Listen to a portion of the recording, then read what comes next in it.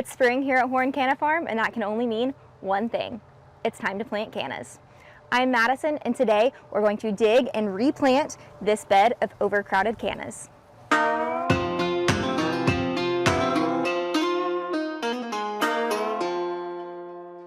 The only tool I'll be using today is this shovel. First, let's clear away the ground cover. Now we'll gently loosen the soil and look for the bulbs.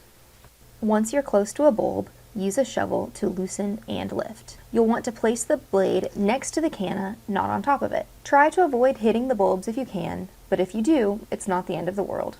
The cut bulb will grow just fine. You can use the blade of the shovel to get under the bulb and gently lift it out of the ground. You'll continue the same way until you've lifted all of the bulbs out of your flower bed.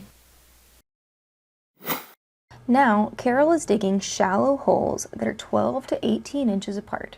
Meanwhile, I'm breaking the bulbs into smaller pieces that have 3 to 5 eyes per bulb.